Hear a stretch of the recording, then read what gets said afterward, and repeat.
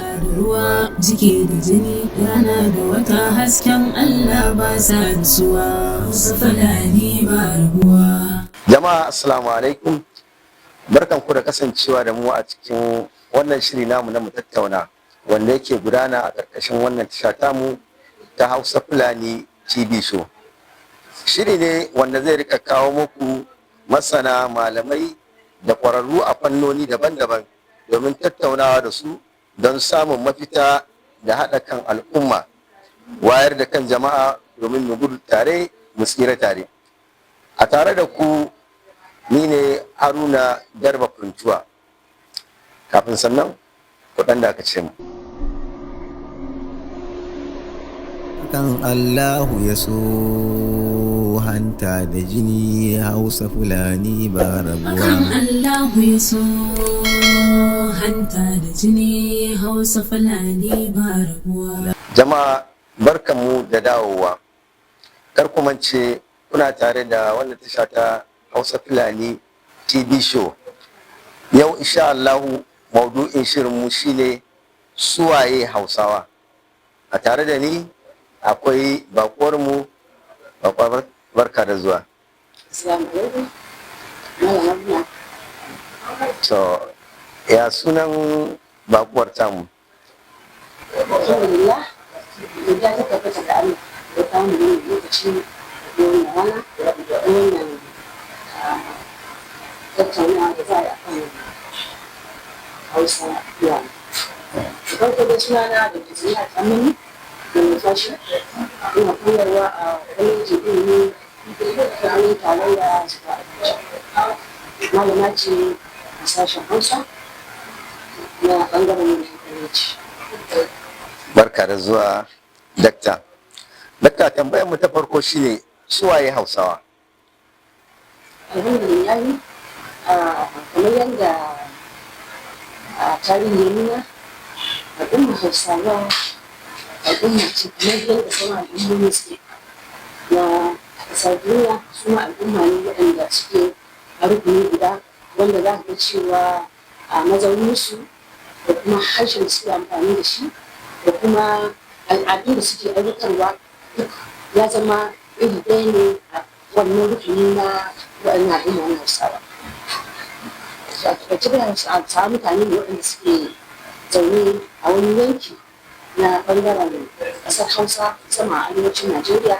Za ga cewa harshen su shine Hausa, kuma sannan addinin su shine Musulunci da sauran al'adu da su aiwatar irin na Hausawa. Wannan su ne za a iya kira Hausawa. Masha Allah. To, Dakta, ya ɗabi'un Hausawa suke?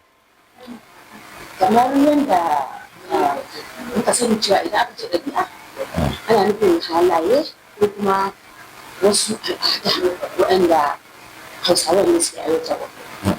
Ita ɗabi'a wani abu ne wanda za ka cewa ya shiga a cikin mutum, wanda mutum yake aiwatar da shi a kullum yau da gobe yana aiwatar da wannan abu, imma mai kyau ne imma mara kyau ne, za ka ya zama shi ɗabi'a, wanda za ka cewa al'ummar Hausawa yana da cikin ɗabi'unsu a kiyaye zamantakewa ko tsakanin iyaye da 'ya'yansu ko tsakanin makwabci da makwabta. Sun san wannan, su al'ummar Hausa suna ba da muhimmanci sosai a kan al'ada, saboda za ka cewa in kalli sauran ƙabilu ma kusan Hausawa su ne suke da al'adu waɗanda suke masu nagari da nagarta wanda har su suke koyi da shi. Daga cikin ɗabi'un nan da Hausawa suke da su kaga akwai kunya, alkunya an san Bahaushe da ita, a gani an san Bahaushe da imani na saboda addinin Musulunci da ya yi tasiri a kan shi, an san Bahaushe da imani, sannan an san Bahaushe da tara, an san Bahaushe da kunya da tsoro shi ma, saboda tsoron da za ka cewa yana gudun aikata abin da zai bata mu wani ransa, zai bata mu wani rayuwarsa, sai yana wuce ne irin waɗannan abubuwa. So da abin da zai zama dai mai kyau ne wanda al'umma suka yi da shi ba wuce ƙoƙarin ya nuna shi, wanda za ka cewa irin waɗannan ɗabi'u za ka cewa akan aiwatar da su ne gaba ɗayance, wanda ba wai taɓa su ake yi ba ko ba wai ganin su ake yi ba, ana aiwatar da su ne so ta hanyar aiwatarwa da ake yi ko gudanar da su ake gane cewa lallai wancan ɗabi'a ɗin ta Hausawa ce. Masha Allah. To, Dakta, wani irin sana'o'i ne na Hausawa? Sana'o'in Hausawa. Kamar yadda bayani ya zo mana cewa tun farko za ka cewa shi bahaushe ya tashi da kishi misali da son neman na kansa domin ya buƙaci kuɗin arzikinsa. Ya ga cewa tun da farko dama shi bahaushe an san shi da irin sana'arsa misali kuma farauta. Ka gani kamar misali fatauci kamar misali noma. Kaga duk suna da cikin sana'o'i na farko wanda Hausawa su suka fara yin su. Waɗannan kuma sana'o'i da suke gudanarwa za ka ga cewa suna gudanar su a dalili ne saboda wasu buƙatu na rayuwa. Alal misali in aka ce maka sana'ar noma, ai noma tana samar da abinci. To ƙadar neman abinci ita ta haifar da wannan sana'a ta noma, ita ta haifar da sana'a ta farauta, ita ta haifar da sana'a ta fatauci. Misali ka gane yadda in ka je ka nema za ka ciyar saboda akwai mutane a ƙarshe. Sanin darajar mutanen da ke ƙarƙashin gidan Bahaushe shi ya sanya ya kuma ya zama mai ɗaukar nauyi. Kaga ita ma mai ɗabi'a ce mai wanda in ka kalli wasu al'ummomi za ka cewa ba haka ba, amma shi Bahaushe ya nisa su ne farko kuma ya san cewa ya ci da su, ya san cewa musu sutura, ya san cewa musu muhalli bisa kan shi baya zama cewa wani ya bashi. Da shi ya nemi waɗannan kafin ma ya san cewa ma shi ya cika cikakken mutum ko ma za a mishi aure ko kuma za a ɗauke shi ko a bashi sarauta ko a bashi wani shugabanci. To akwai sana'o'i da yawa wanda Hausawa ɗin suke aiwatarwa. Wanda da misali akwai noma, akwai farauta, akwai fatauci, akwai ƙira, akwai saƙa wanda za ka cewa saƙa nan da ake yi buƙatar sutura ita ta haifar da ita wannan sana'ar saƙa. Ƙira kuma ita kuma buƙatar neman abubuwan amfani na gona. Abinci. Yawa kamar su fatanya, kamar su galma, kamar su hauya. Ka gani ai ana amfani da ƙarfe a cikin shi wajen yin amfani a gonan nan a samu da abinci. To shi ma ta kasar da su irin takobi da su irin su wuƙaƙe da ake amfani da su. Kamar su takobi haka aka na bayar da wajen yaƙi. Ka ga buƙatar tsaro da Bahaushe yake ita shi ya da wannan suna kila kuma abubuwa jiya da suna kila sun samu na wanda al'umma Hausa suke amfani da su. Wato tan asali shi dai Bahaushe ba rago bane ba shi ne. To sana'o'in akwai wasu wanda suka keɓanci maza ko kuma wanda suka keɓanci mata ne? Kamar yadda muka sani akwai sana'o'i suka kashe, akwai sana'o'i da suka danganci maza tsalla maza ga ɗin su. Waɗannan waɗannan sana'o'i sun haɗa da ƙarfi saboda an sanar da shi ya fi mace ƙarfi saboda da juriya saboda haka za ka jawo waɗannan sana'o'i sun rataya a bisa ƙasa.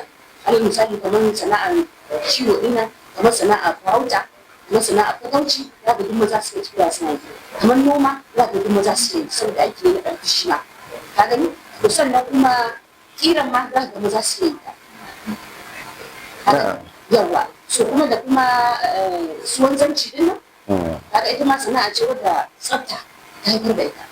Da kuma neman lafiya saboda wanzamai sukan akan tsaftace a aski ko a cire da kuma ba da magani suka ba da magani wasu larurori musamman abubuwan da ya shafi jini. Wanzamai suka ba da irin waɗannan magani. To sana'ar su kamun kifi ya gaci abin da za su yi aikata da wannan sana'a saboda sana'a ce da za su fita za su fi daji wasu za su tafi wace can nema inda an san mata su suna cin gida. So wasu kuma daga cikin sana'o'in da su kuma mata su ke aiwatarwa sun haɗa da kuma sana'ar ciwo a gida mata na ciwo a gani sana'ar girke-girke na abinci mata Hausawa suna yi a cikin gida. Yawanci sana'ar da ake aiwatar da a cikin gida su ne mata Hausa sana'ar wankau irin wanki din nan ko da aikatau irin na gida wanda za a iya kawo sirfe ko ta kankura ko ta kangari in mata ke aiwatarwa wani lokaci wanda za a kawo wanki shi ma gida mata suka yi ko ta su kawo musu suka yi domin su ne tattalin arziki da zai rike su ba tare da sun dogara da fitowa. To dakta shi tunanin da ake cewa mata zanna gari abin nan kawai kamar zanna gari banza ne tunda mata Hausawa ba a ganin su suna fita suna bin kasuwanni ko sauran kamar da sauran ake ganin sauran matayen yare ana ganin kawai su ci ma zanne ne kawai suke zana a gida shi abin ba haka bane ba kenan. Magana ba haka take ba rashin sani ne yasa suka yi wannan magana domin su matan Hausawa wanda sana'a ga suna dinki suna kitso ka gani da a cikin gida da ake aiwatar da wani na'am, wata sana'a da sai cin abinci wanda za a ci abinci mata ke suke ayyukan da ita wanda za a samu abinci ko na ci ne ko na sha ne za ka cewa duk mata ke ayyukan da ita amma a ce sana'ar ko sai ina sana'ar zuwa waina sana'ar kuɗi sana'ar daddawa tun za ka cewa duk mata ne ke saboda su suka san su suke sarrafa su kuma suka san amfanin suka fiye da maza to maganar da aka cewa matan hausawa cimazuru ne ba aka bane ba domin tun fil azal ba san matar bahaushe da rabanci na'am, ta zai fita yi mata tana cikin daji ma tana nema mu wanda wannan neman za ka cewa tana kula ma 'ya'yanta ne ba ta hanyar sana'a da take tarbiyyantar da 'ya'yanta musamman mata wanda tana tunanin su ma za su aure za su tafi wani gida ka gane Na'am. to su ma irin tarbiyyar da take ta sana'a haka za ta koya ma 'ya'yanta dan da su ma su zai samu abin da gudu da kansu masha Allah. Za mu je hutu rabin lokaci in muka dawo insha Allah za mu ci gaba daga inda muka tsaya. kan Allahu ya so hanta da jini Hausa Fulani ba Akan rabuwa. Allahu ya so hanta da jini Hausa Fulani ba rabuwa. Barkanmu da dawowa daga hutu rabin lokaci. Kada ku mance kuna tare da tashar Hausa Fulani TV show. Muna tare da Dr. Zalihat Amani wacce take malama ce a kwalejin ilimi ta tarayya Abuja. Dakta, ya yanayin auratayyar Hausawa yake? kamar da muka sani cewa shi aure a yarjejeniya ce tsakanin namiji da mace wanda idan aka samu amincewa ake ɗaura shi da su kan su al'ummar hausawa wannan al'ada ta aure suna gudanar da ita ba ce wani tun a zama dama akwai auratayya ana aure a tsakanin kuma akan bi hanyoyi na gargajiya tun wancan lokacin ma sukan bi hanyoyi na gargajiya wajen gudanar da wannan aure har da kuma addinin musulunci ya zo aka cewa wannan dai al'ada ta aure ko kuma ba a kasa yi ta ba saboda wani abu ne mai kyau wanda kuma musulunci shi dama da ya zo ya ƙara ɗaga al'ada wadda take mai kyau wadda take ba ta da kyau ne shi ne aka yi shi to aure na daga cikin al'adun al'umma wanda yake da kyau aka amince da shi domin an ƙulla shi a samu zuri'a ɗaya ba ne nagarta kan a ce a zauna ka nan kara ba tare da ko a haihuwar ƴaƴa ba tare da shi ya sanya maza ka cewa to a cikin yin masara ɗin abin kunya ne mutum yana ya mace a ce ta fita waje ko ta je ta yi wani aikin asha wanda zai ɓata ma iyayenta suna ko ya ɓata mutanta suna wanda irin hakan ne za ka ce har yakan hana su zama gida ko gari su kan gari saboda sun yi abin kunya yana da kyau abin kunya ce yarinya ta haihu ko ta yi wani abu sun haka wanda ba tare da an yi kula aure a tsakanin da ko yaro da yarinya misali saboda haka ko da musulunci ya zo ya ƙara jika da adamin ta aure sai da aka ƙara wasu abubuwa da misali a gargajiya sukan ce duk ya aure da nashi sadaki da ina magana sadaki a gani sadaki da musulunci ya zo ake ce aka ne ba sadaki saboda idan aka ba da wani sadaki shi ne zai halatta maka ta wannan matata shi ne halaccin wannan mata wanda ya ta zama mata. Masha Allah. To dakta shi Bahaushe yana auren wata kabila wadda ba Bahausa ba kuma shi ma yana auren wa wasu kabilu ƴaƴan shi? Ana samu akwai aure tsakanin waɗanda ba Hausawa ba kuma ana misali yanzu a zamantakewa ta Bahaushe wanda suka fi kusa da su Na'am. za ka ci Fulani ne. Na'am. To za ka cewa akwai auratayya tsakanin Hausawa da Fulani wanda ya haifar da samun irin abin da ake cewa wasu Fulani. Na'am. Za ka cewa wani uwansa wasu da Fulatana ce uwansa ne da Haushi. Na'am. Me ya kawo da dangantaka ta kuka kuka saboda su ne ƴan uwan Hausa na kusa. Ita da sun al'ummomi da irin Fulani su ne na kusa. Da Hausa. Wanda za ka cewa duk da su Fulani nan akwai Fulani bararoji akwai kuma Fulani na zaune wanda ake ganin cewa kamar Fulani su bararoji jama'a sun a daji Na'am. yawa suke kiwon shanu suna yawo da shanu za su wannan daji za su wannan daji za su wannan za su ba mazauna ba su Na'am. amma su Fulani na zaune su ne wanda suke cikin garuruwa wanda suke tare da Hausawa su kaga akwai dangantaka ta kuta Na'am. al'umma Hausa da Fulani nan wanda auratayyar ta fi kusa. An fi auratayya tsakanin Hausa da Fulani kan sauran kabilu da ke ba kusa da su ba. damun tambaya ta gaba shine me alakar su Hausawa da Fulani? Kamar yadda na ce auratayyar nan, aka ita ce alaƙa ta farko. Na'am. Ko sannan kuma akwai kuma kasuwanci. Na'am. A gani? Saboda su Fulani kaga suna sayar da nono, suna sayar da mai, suna da shanun nan, suna sayarwa. Na'am. Ka gani? To su Hausawa suna sayar a wajen su. Ka gani? Kwarai. Sannan kaga akwai cuɗaɗɗeniyar cinikayya tsakanin Hausawa da Fulani wanda ya ƙara ɗaukar alaƙa tsakanin su. Sannan kuma akwai kuma addini. Na'am.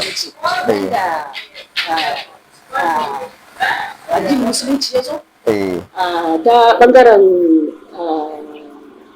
shi Usman Dankojo. Na'am. Kaga shi ai ya zuwa suka yi. Na'am. Wanda amma asalin kakan Usman Dankojo. Na'am. Malam Musa Jakolo. Na'am. Sunansa kenan. Shi ya fito daga Fulani Zaure ko Fulani Soro. Masha Allah. Ya fito shi wannan kakan Usman Dankojo ya fito daga Fulani Soro ne. Na'am. A gani? Kaga tun da ya fito daga Fulani Soro wanda ya sanya auratayya ta illa aka samu Hausa Fulani misali. Ba wai a ce zallar su Fulani bane ba. Shi ya sanya kuma za ka cewa ba a iya Fulatancin. Saboda tarayya mu'amala da suke da Hausawa. So ba kowa yake iya Fulatanci ba musamman Fulanin Zaure da ake cewa. Ko Fulani Soro da ake kira za ka cewa ba su iya Fulatancin ba. Wasu suna ji, wasu kuma ba ma su ji.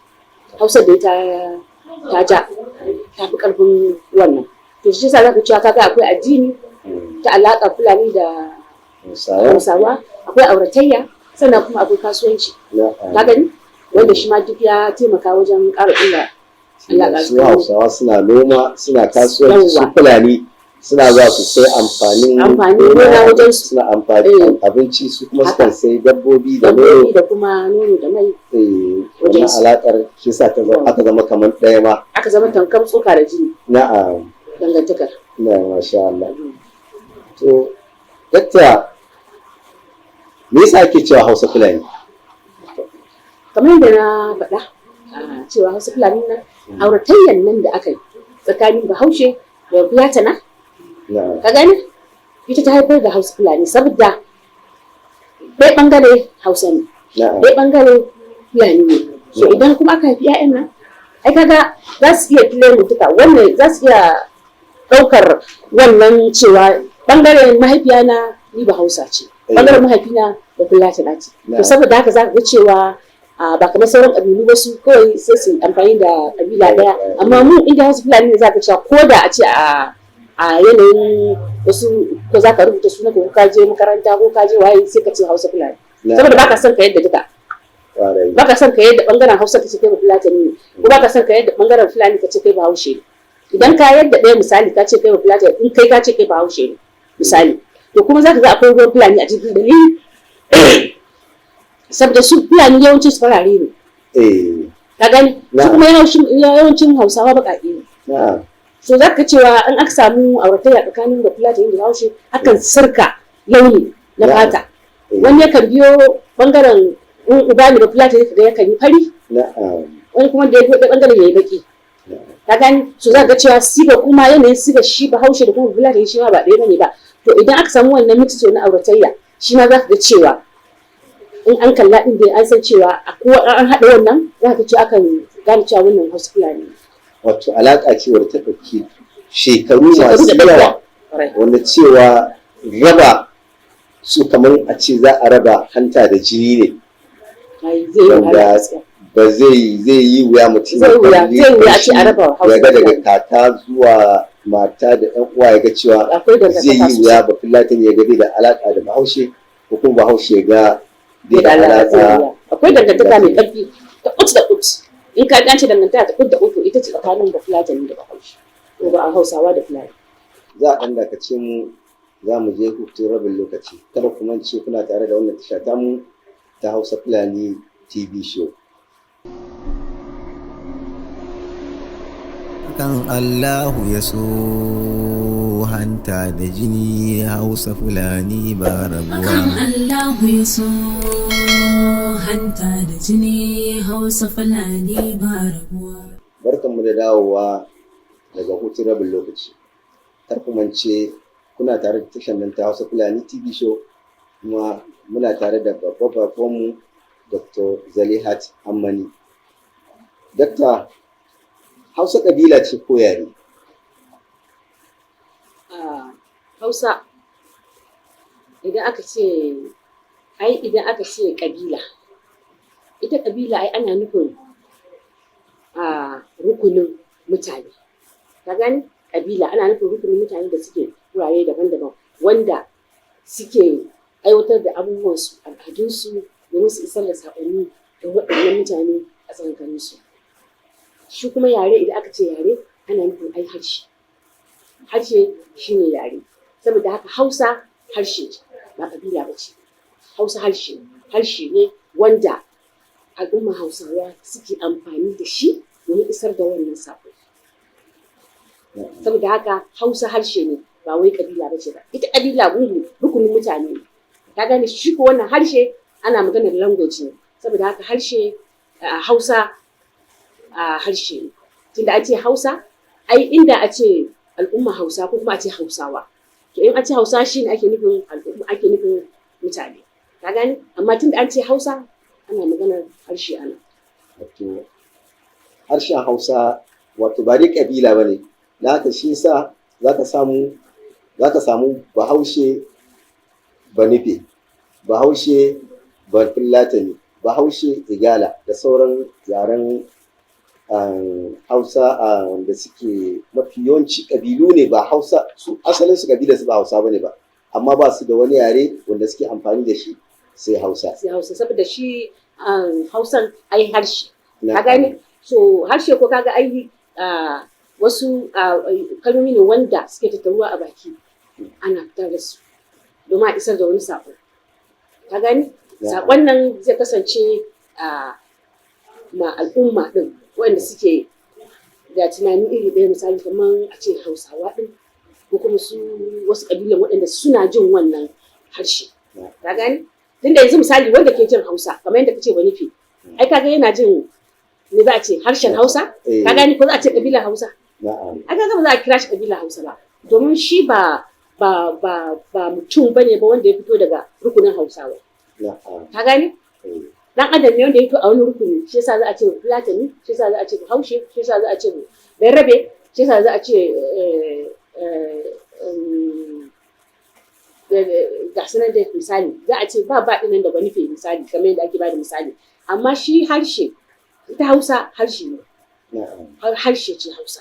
Ka gane? Wanda kuma shi Bahaushe yana kallon duk wani wanda baya wannan harshen. Baya wannan harshen ko kuma bai iya wannan harshen ba, shi ne yake kallon shi a matsayin ƙabila. Ka gane?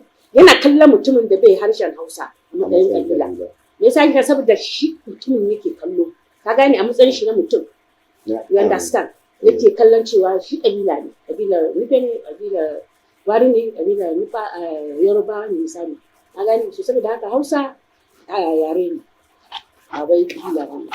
Kar kuma ce kun saurari Dr. Zalihat Ammani, wacce ta zo ta mana ta kasance da mu a cikin wannan shiri namu na tattauna a wannan tasha tamu ta Hausa Fulani TV show. Da fatan an ji daɗin kasancewa da ita a cikin wannan shirin.